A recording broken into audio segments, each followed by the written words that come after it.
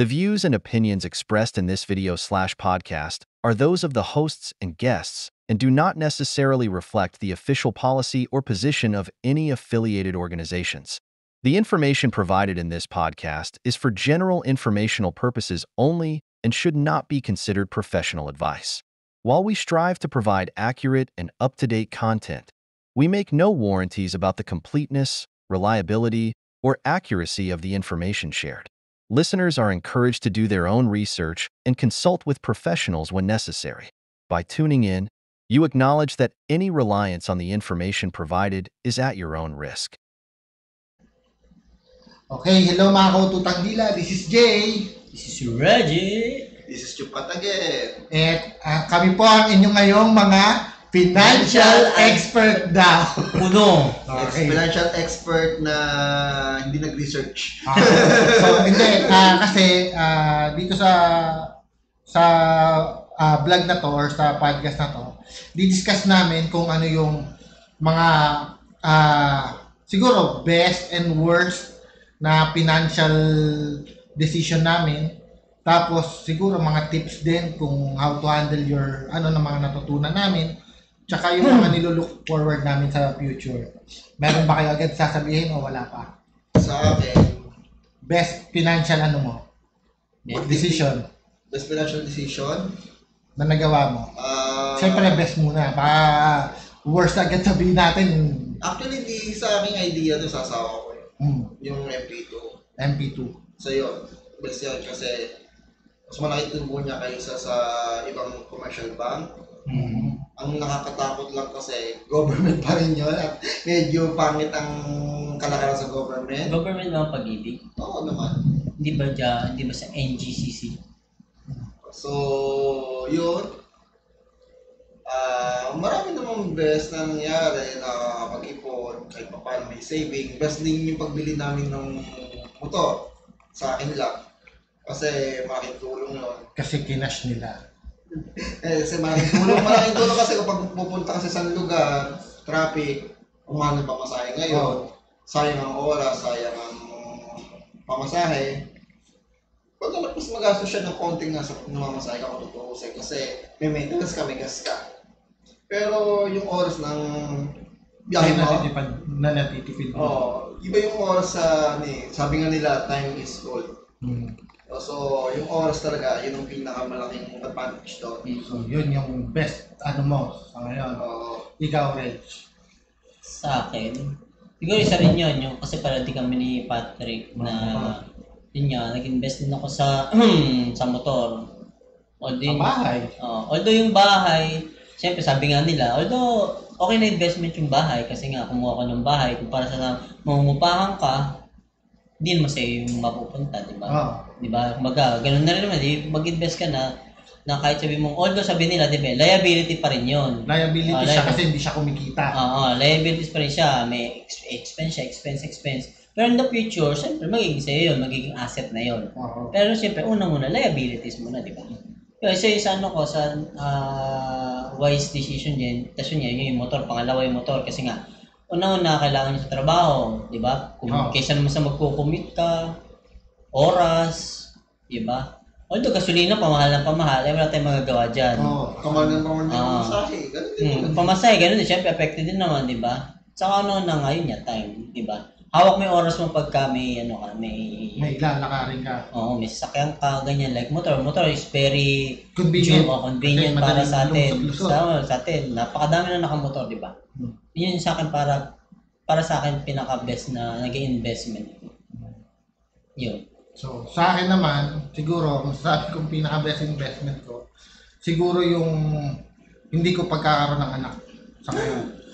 Sa ngayon, kasi in a way na, hindi naman sa inaano ko, pero yun yung pinaka-best decision ko kasi sa ngayon, hindi ako namang problema ng kahit may kailangan akong asikasuhin or trabahuhin na may mga negosyo, ako na madali ko na adapt yung sarili ko kasi wala pa akong i-consider na bata na Tapos siguro isa pang best decision ko sa ano is yung nag-retire, hindi naman nag-resign na ako sa pagtatrabaho Sa corporate world, sa mga BPO, sa mga ganyan. And nag-decide ako na mag-work from home or mag-project based or mga ganun. Kasi yung pag-BBA na lang ang laking bagay sa amin na lalo na nung nag-pandemic. Kasi sanay na ako sa work from home. Nung nag-pandemic, yung iba nag-a-adjust pa ako. Sanay na. So, yun yung kagandahan. Tsaka, yun nga, mas, since wala kang, kasi pag BPO ka, so,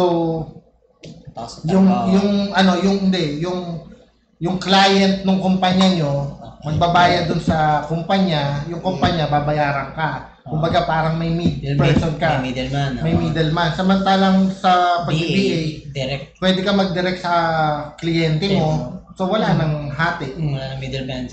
Pwede din na may hati. Dadaan ka sa isang platform, kagaya ng mga platform sa online.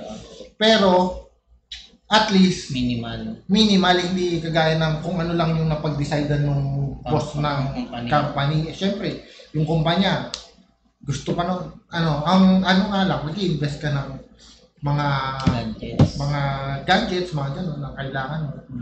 So yun, pero pinaka-best talaga yung yung wala pa akong anak kasi ang laking gastos din talaga ng bata.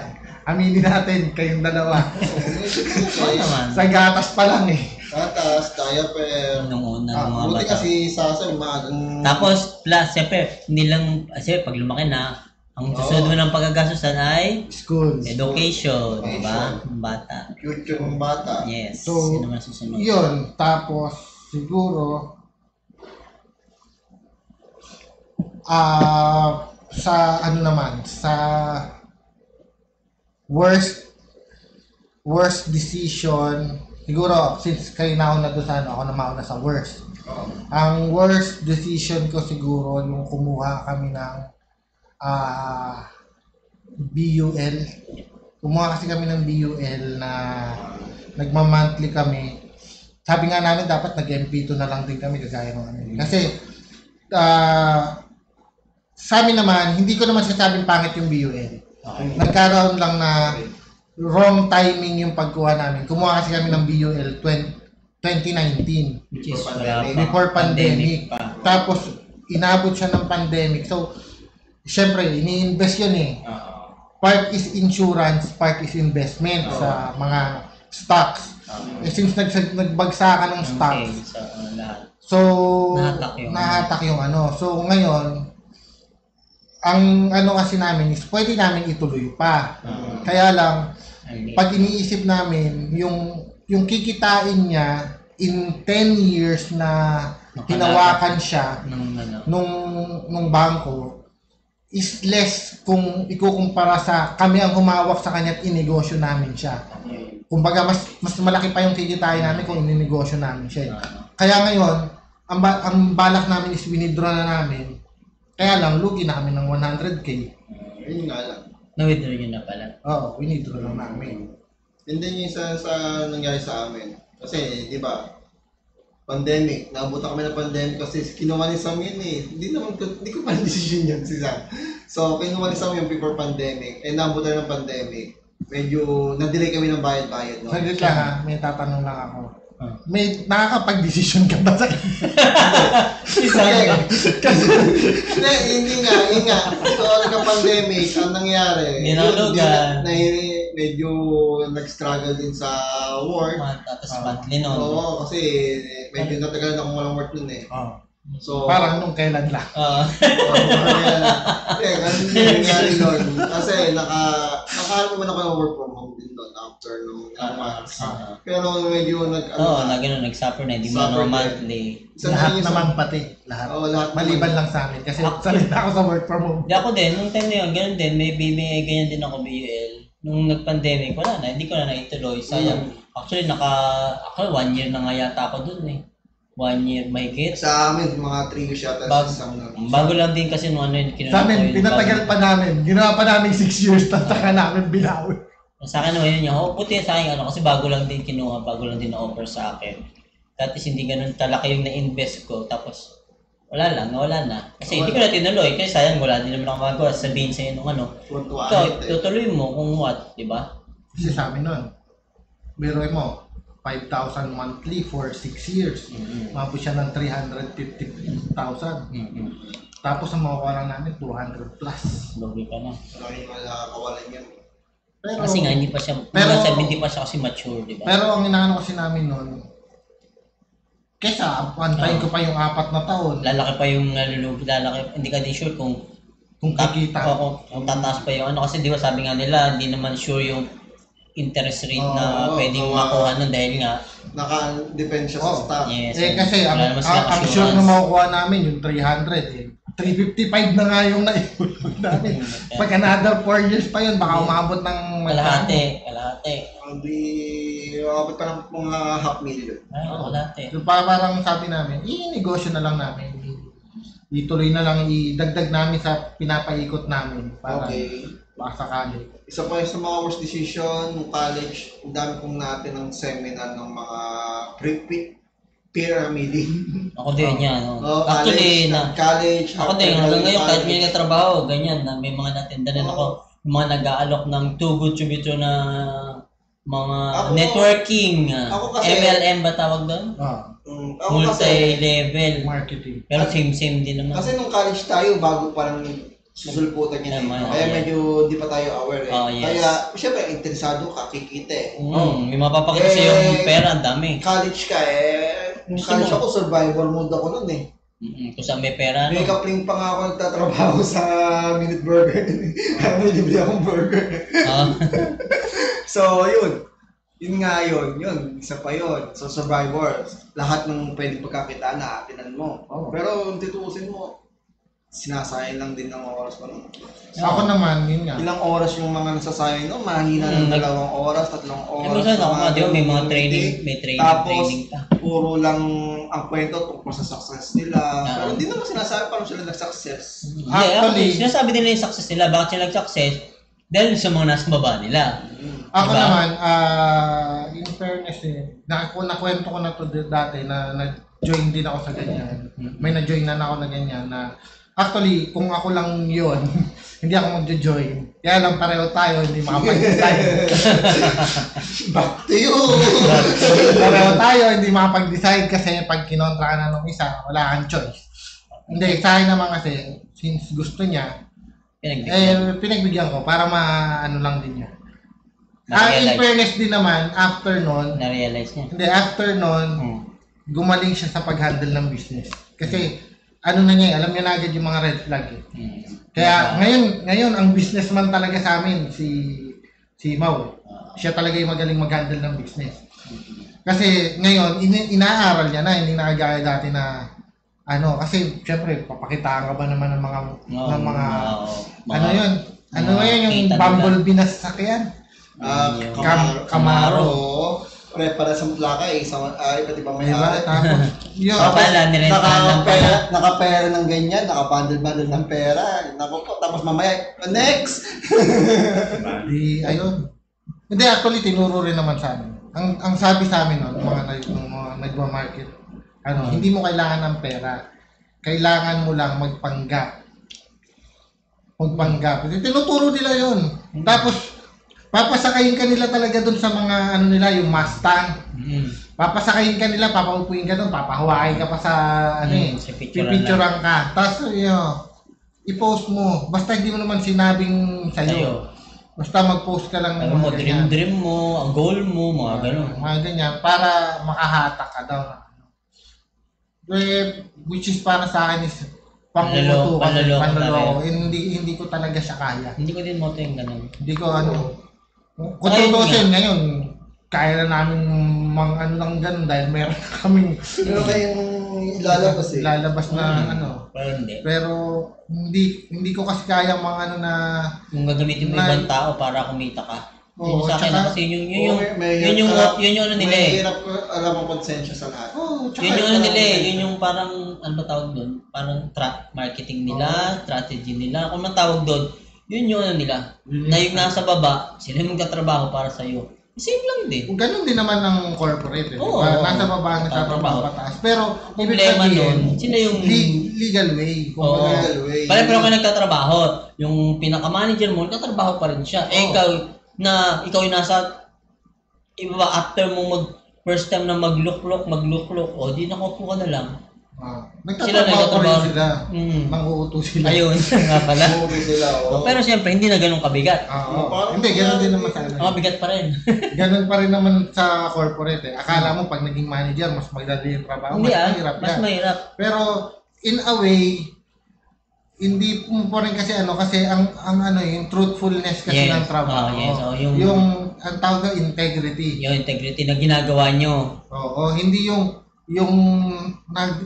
ano kayo na by binubulag niyo yung tao na ito yung kikitain niya. Yes, tapos may mga free tour pa daw, punta ka sa ganitong lugar, libre, all expense paid. Nag-MLM ako. Lahat ng tin-travel ko hindi galing sa MLM. Wala akong napala dyan. Diba? Kundi gastos. Nakakapunta ka dyan sa sinasabi ng free trip to Boracay. Basta yung mga free travel na yan, makuha mo yan kung marami kang na-recruit, di ba? Pero kung wala, hindi wala. Wala. So yun yung essence. Hindi dahil ang trabaho ka. Tapos Trabaho para mag-recruit. yung marami rin ako narinig sa mga financial advisor sa online na paano ba kumita ng 1 million? Tapos mga ganyan-ganyan. Ang sure way na kumita ng 1 million, Invest. mag-ipon ka ng piso for 1 million days.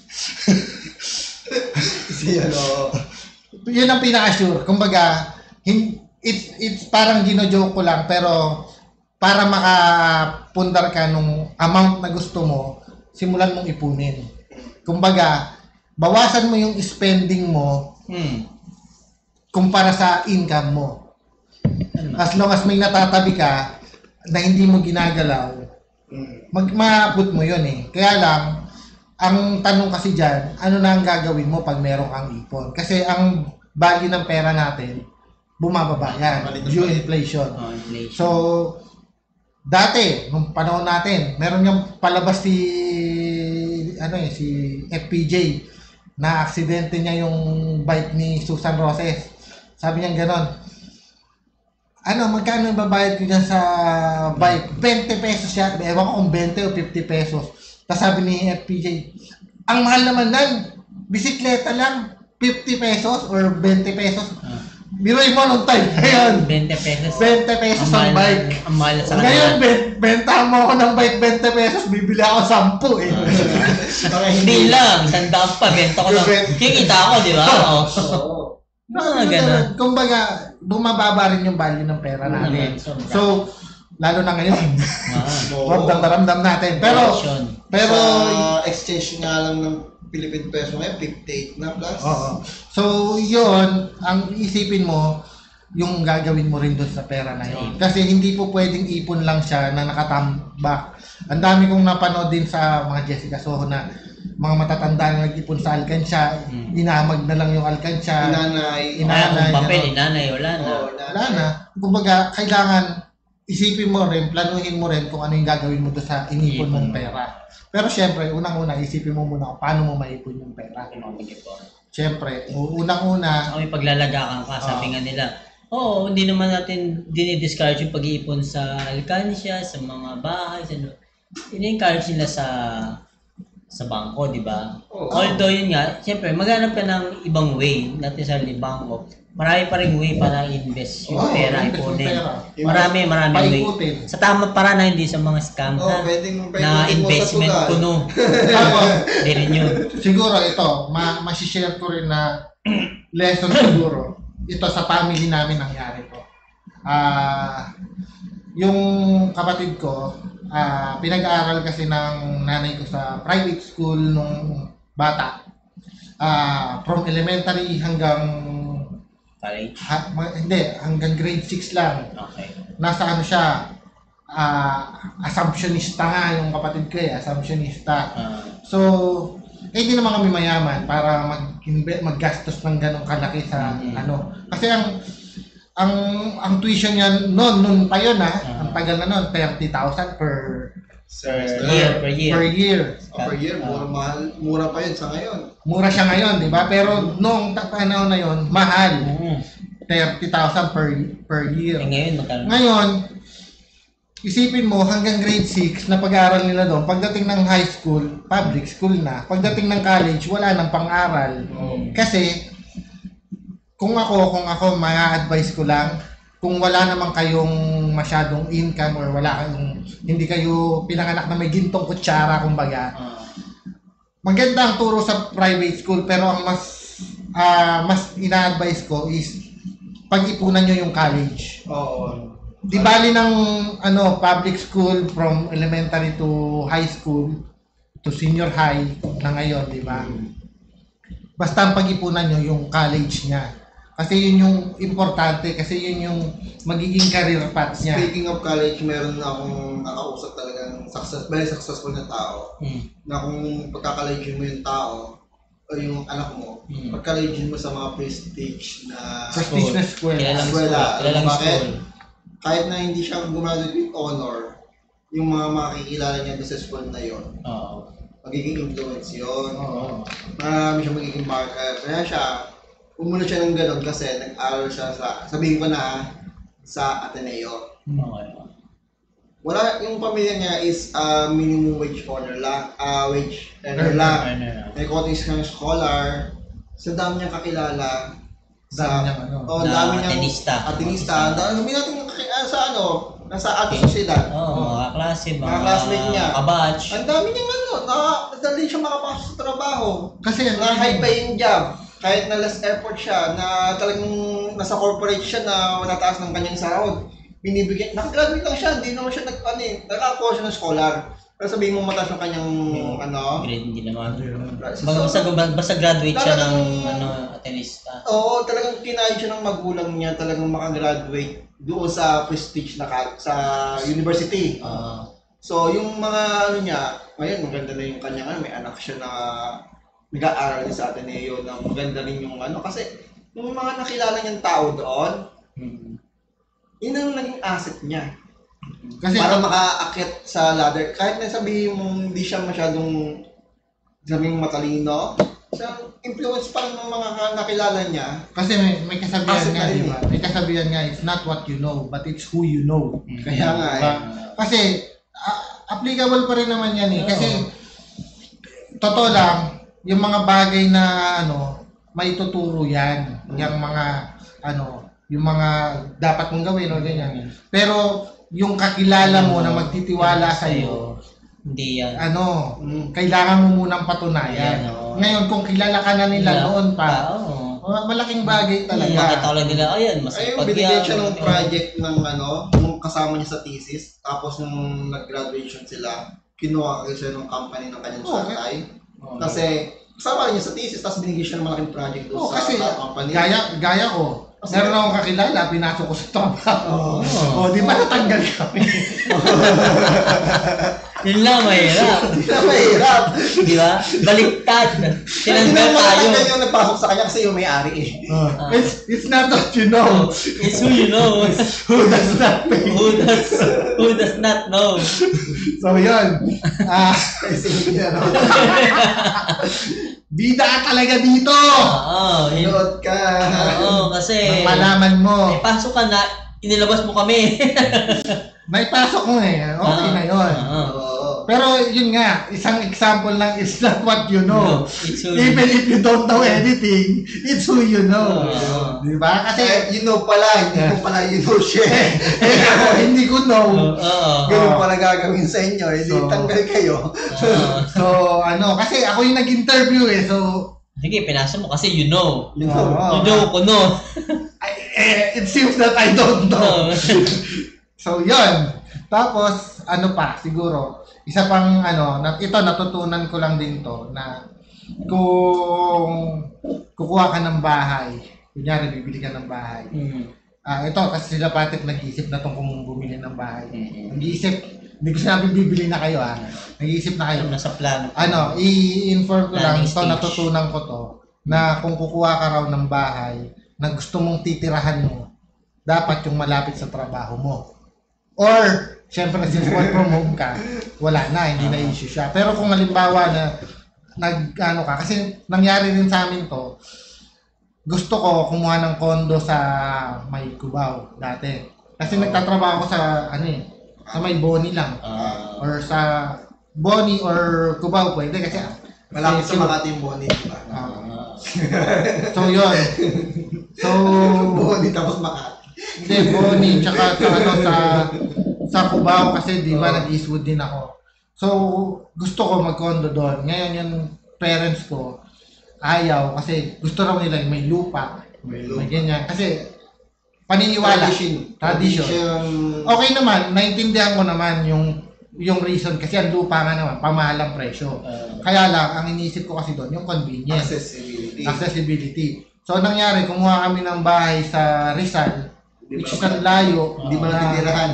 Na sila yung tumira, tapos bandang huli, umupa na lang din ako kasi napapagod ako ng kakabalik-balik. So, di sayang lang. Sayang lang, doble-doble pa yung diba? Samantalang kung kumuha ako ng property na malapit, kung sinunod ko lang yung sarili ko, nakipagpasa ako sa mga ewan ko ba ba't naniwala ako doon hindi naman sila marunong ng financial nila dati. So, ayun. Kung anong nangyari, bandang huli, nabenta si lupa. Hindi na ako kita papakinabangan. Tapos, wala pa akong property kasi na-loan ko yun sa Pag-ibig nakaano sa akin name yun. Kailangan ko pang ipa-clear bago ako makapag-loan ulit ng bago. So, yun. Kumbaga, kung kukuha kayo ng lupa na titirahan nyo, ipiliin nyo yung accessible sa trabaho nyo na para hindi kayo kasi napakalayo ng tulugan nyo kung sakasakali. Kaya nga. Diba? Papagod ka. Walang eskwelahan. Isa pa yun, future din, dapat doon kayo although mahal mamuhay sa medyo city, di ba? Pero yun nga, andun lahat kasi yung kaya accessibility. Kung tutusin si Reggie, ang ganda ng ginawa niya doon sa nakuha niya lupa, talagang within the vicinity, yung sa pinagtatrabahuan niya dati, di ba? Na, just so you know, nandun na siya ulit nagtatrabaho. I'm back. So, yun. Para ka ba lang ganyan, no? Balik ng balik ko. Ang tawag dun yung dating mayor, may tema siya dun pero siyempre hindi ko naman binoto yung mayor na yun. Joke. Speaking of mayor, nung nakaraan sikhayan, Santa Rosa, di ba sinabi ko sa iyo may sikhayan ngayon makapunta, sarado yung kalsada. Hindi siya maganda. Sa akin lang yung sikhayan. Ano ba yun? Yung street dancing dito sa Santa Rosa. Sa akin medyo napangitan ako kumpara nung nakaraang taon. Kasi naging political rally siya imbis na festival talaga. Festival talaga. Nauna kasi yung mga hindi naman maraming politiko masyado. Pero yung mga supporter nila, Nauna yung mga banner. Nauna yung mga yun Kung mag-iabangan mo yung street dancing nauna na sila. Wala kang choice Kaya syempre, sila syempre mag-election isa pa yung malapit na. Pangit nga kasi. Naging sa akin napapangitan ako. Naging political rally siya. Hindi siya naging festival, naging political rally siya. Alam mo naman, parang lang din yan. Balik ulit tayo sa AKA, 4 Ps. Naging political isa pa yan. Maganda sana kung nakasama tayo dyan. Maganda siya para sa personally. Pero pangit siya sa reality. Sa national level. Kasi nagiging sabi nga. Siyempre ako, sino ba naman tatanggi bigyan ka 5,000? Wala kang ginagawa. Gawalis ka lang. Picture pa. Dagdag, kumbaga sa financial dagdag asset. Dagdag May dumagdag na asset sa'yo na 5,000, may ganyan. Pero totoo lang, yung national budget natin, wala na, wala. Tutusin, gusto kong itapik yung nangyari sa Bycam, pero medyo komplikado. Komplikado kasi. Sabihan kami hindi nagre-research, hindi naman talaga kami nag-research. Although ano ko siya, naintindihan ko siya. Kasi tinuro naman ni Attorney Libayan yan. Oo. Naintindihan ko siya kung anong nangyari. Pero, sige. Try namin. Nandidemanda na kasi isang ano dyan eh. Nandidemanda na siya ng mga small vlogger. Oo. So, mahirap na. Mahirap na, wala pa rin pumabay sa attorney. Baka magpaligo rin tayo ng matanda. So, yun. Parang, baka ganun na maging trabaho natin pag nagkataon. Pag na-demanda tayo, magpaligo na lang din tayo ng matanda. So, dati, idol na idol isang congressman dyan kasi tahimik siya. Nung nagsalita, ayaw pa tahimik siya dati. Sana tahimik na lang siya dati, katulad dati. Ngayon nagsalita, pabida-bida parang. So, ayun, sa financial, in fairness naman, para sa akin, lahat naman ng hindi naman, wala namang sure ball eh. Oo, wala talagang sure ball. Kasi pwedeng maayos yung mo, pero biglang may darating na problema or ganyan na kailangan hindi mo maiwasan.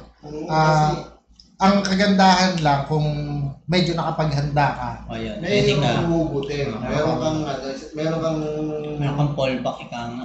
Meron kang speaking of yung may uhugutin na ganyan, asar ako doon sa mga ng financial advisor na nagsasabi na ganito kasi yan. Gumawa ka ng emergency funds. Yung emergency funds mo dapat mga 6 times ng sahod mo. 6 yung kaya kang buhay. Hindi yung 6 months ng expenses mo. Kaya niya masustain yung 6 months mo. 6 months na wala kang trabaho. Na makapagsabi sila ng gano'n na parang napakadaling gawin. Akala nila yung kalimitan naman ng Pilipino, paycheck to paycheck lang naman ang madaling sabihin yan. Madaling sabihin. Kasi, parang ganito. sasabihin mo lang.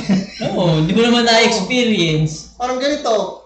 Huwag ka na magtrabaho, magnegosyo ka. Madaling sabihin sa inyo yun eh, na kayang gamble. Parang naapektuhan ka sa magnegosyo. Kasi maraming ganito influencer ngayon. Okay. Na sabi, huwag ka nang mga mamasukan. Magnegosyo ka na lang. Magnegosyo ka na lang. Parang madaling sabihin yun eh. Oo. Pero alam mo naman natin, Merong mga Pilipino hindi kaya i-gamble yung basta-basta. Hindi, tsaka yung iba, ito pa yung nakakainis eh. Walang yumayaman sa pagiging empleyado. Oo. So, ibig masabihin yung unang empleyado ng Google, mahirap pa rin. Kaya nga, madaling sabihin nyo na magnegosyo ka, pero yung iba kasi talaga, paycheck to paycheck na hindi nila kayang umamsig kahit isang araw kasi mawawalan sila ng kakainin. Kilala ba nila yung employee number 001 ng Apple? Kaya nga. Nung bumili ng sinamahan niya yung kaibigan niya. Tinanong yung kanyang employee ID. Employee ID niya 1. Hindi mo pa pwedeng sabihin na walang yumaman sa pagiging empleyado. Dahil meron akong kakilala, kamag-anak nila, doktor sa ibang bansa. Ang bahay sa grabe talagang laki. Sobrang laki ng bahay. Empleyado pa rin siya, doktor siya. Oo, empleyado pa rin siya. Diba, hindi mo pwedeng sabihin na gano'n. Nagbibisit ako sa mga financial advisor na sabi, magnegosyo ka na lang, huwag ka na mga masukan. Ang daming nagne-negosyo. Alam mo, ito nga probability. Karamihan ng negosyo nagsasarado in the first 5 years. Kaya nga eh. Kasi hindi naman consistent eh. Nagbibisit ako, parang napakataling gawin kung magsalita sila. Alam naman natin struggle ng Pilipinas eh. Ng Pilipino eh, di ba? Tsaka alam naman natin na maraming paycheck to paycheck lang talaga rito na. Tsaka alam naman natin na yung karamihan ng mga financial advisor na yun, ang kinikita nila ay galing din sa YouTube at nila. Hindi naman sa negosyo. At saka galing din sa mga pinapasok nila. Galing din sa mga online social. Galing din sa mga empleyado niya. Galing sa mga pinapasok nila, di ba? Di ba? So, huwag ka namang masukan. Baka mamaya may negosyo ka tapos meron kang... Kasi meron mga financial advisor na hindi naman nag-MLM. Pero financial advisor sila kasi isikat ka ng financial advisor kung tutusin mga tinuturo mo nga napaka basic na basic lang. Basic lang kung tutusin. Na mag-ipon ka. Meron pa nagsabi na parang negosyo na walang puhunan. Oo, Ay. kikita ka. Kikita ka. Pero sa umpisa lang. Pero ang Galing mo lang copy paste. Ano ka? hindi, meron daw ang na gano'n. Tinuturuan kang magnegosyo na walang puhunan. Pero ang puhunan mo kasi doon, kailangan mo ng Oras. hindi, kailangan mo ng parang tiwala ng tao. Kasi, kunyari, ikaw, may tinitinda ka, magre-reseller na lang ako. Pwede naman kasi yun eh. Magre-reseller ako. Kaya lang, syempre, depende pa rin yung yung kita nun kung gaano ako kagaling magbenta. Diba? And hindi mo Hindi naman lahat masasabing ng tao pinanganak na magaling mag-sales to. Tsaka depende rin yan kung paano kung halimbawa nung panahon ng pandemic, ang video games napakamahal. Pamal ng video games, yung PS4. PS4 ba yun nung lumabas? PS5 nung lumabas nung pandemic. Grabe ang presyo. Maabot ng 70,000. Kasi mga tao nasa bahay lang. Diba? Naging mahal pa nga mga halaman. Kaya nga, kasi pinasikat din eh. Oo, Diba? pinasikat din kasi nga, yun ang gagawin mo. Depende kasi yan sa mo. Kaya lang, paano kung panahon ng nung panahon ng pandemic ang negosyo mo kagaya namin, travel agency. Na hindi pwede mag-travel. Hindi pwede mag-travel. Anong gagawin ko? Diba?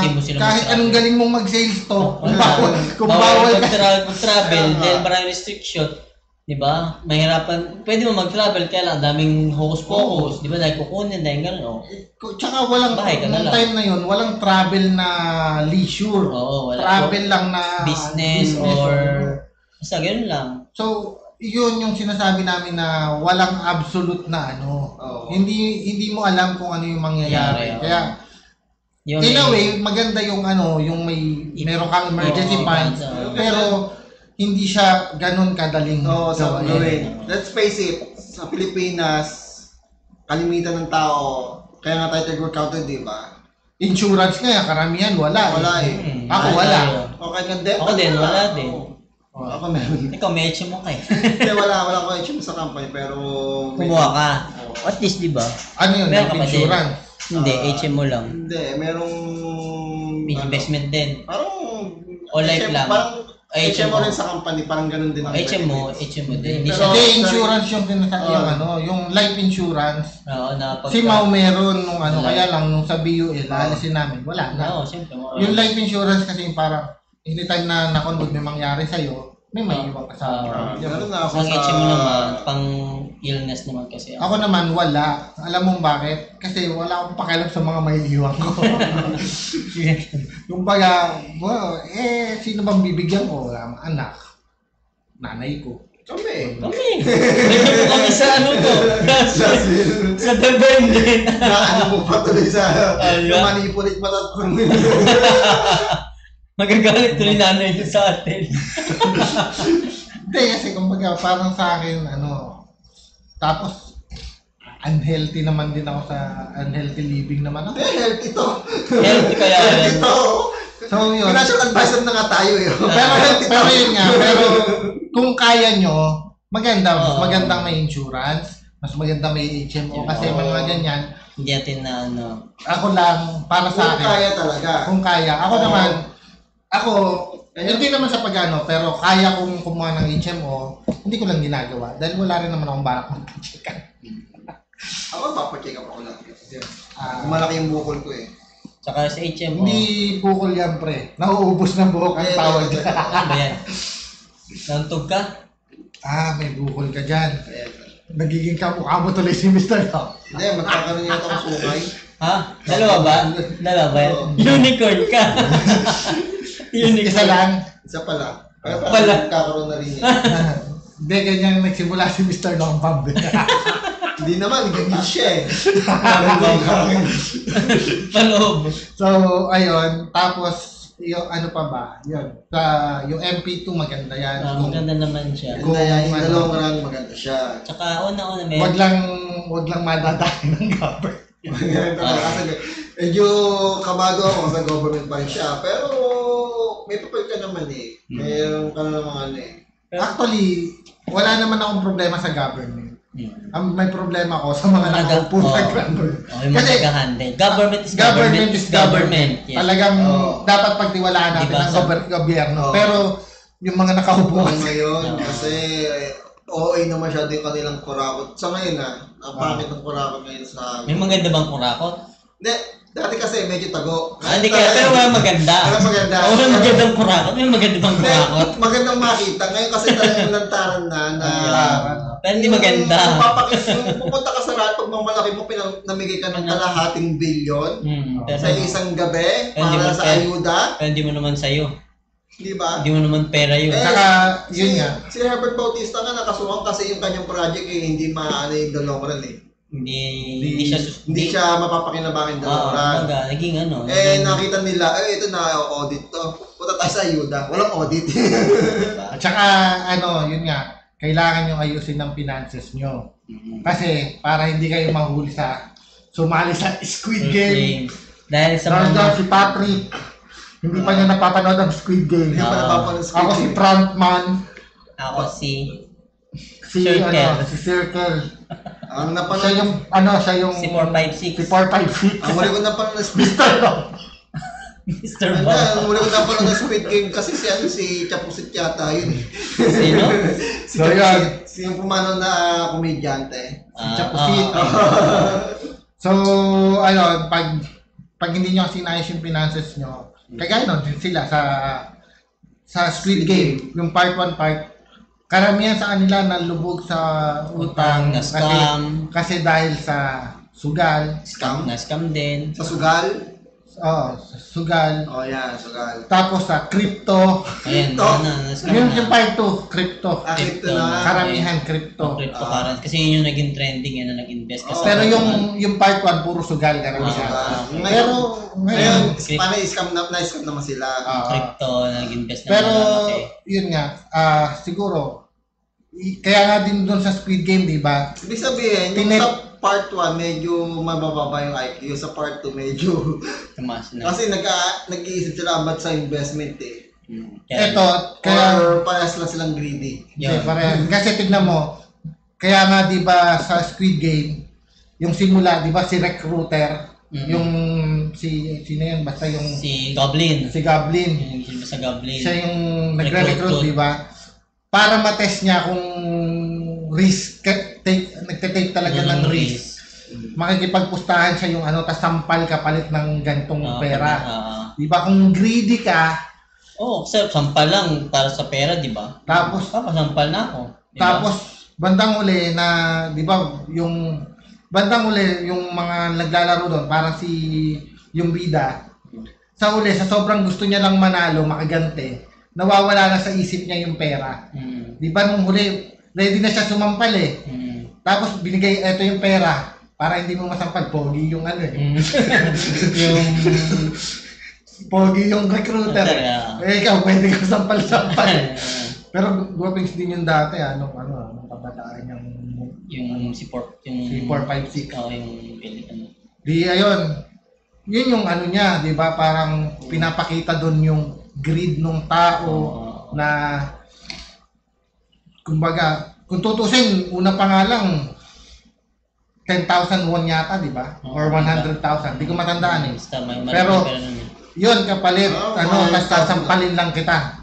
Di ba? Isipin mo kung ako yan, ang unang isipin ko, sino to?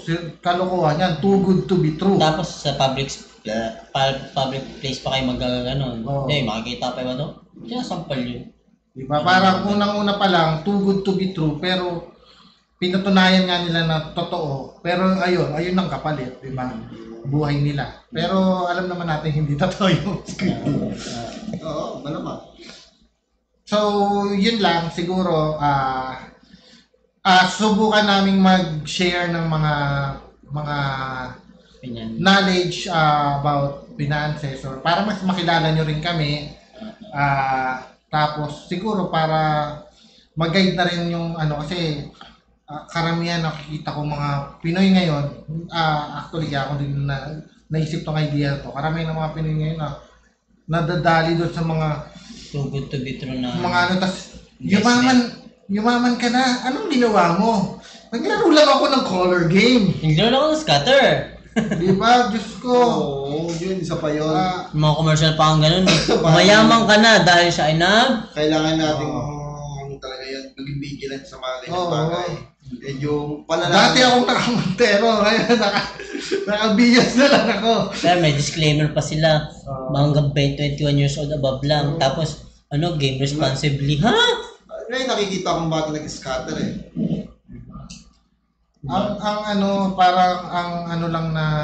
Parang siguro na rin namin to, in a way advocacy namin na turuan ng mga Huwag kayong risk taker masyado in terms of tsaka maging financial literate kumbaga. financial May mga times din naman na nagkaroon kami ng maling decision sa paghawak ng pera. naman. Pero Wala yun.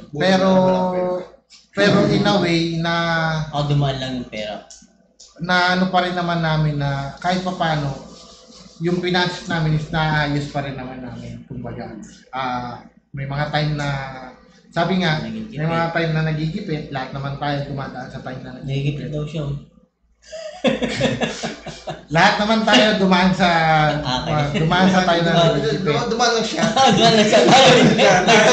Kami nagtumabay kami. Kami medyo nag-i-stay kami. Kami medyo nag-i-stay kami. Hindi ba kami... Siya dumaan lang pala siya. Dumaan lang. May Tayo tambay.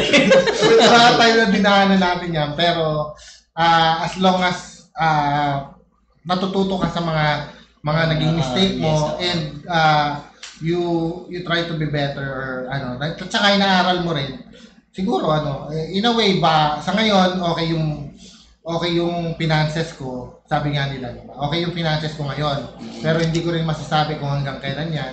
Malamang magiging mas okay pa. Sana hopefully, pero kumbaga ang maganda diyan habang sabi nga, 'di ba, silang gamat sa tipaklong. Pag meron ka, bumili ka ng swagong sapatos. Joke lang. Kasi baka di na sale. pag hangga't meron ka, magtipid-tipid ka or magtabi-tabi ka rin ng para sa tag-ulan. Diba? Yun lang naman and bye-bye. Bye-bye.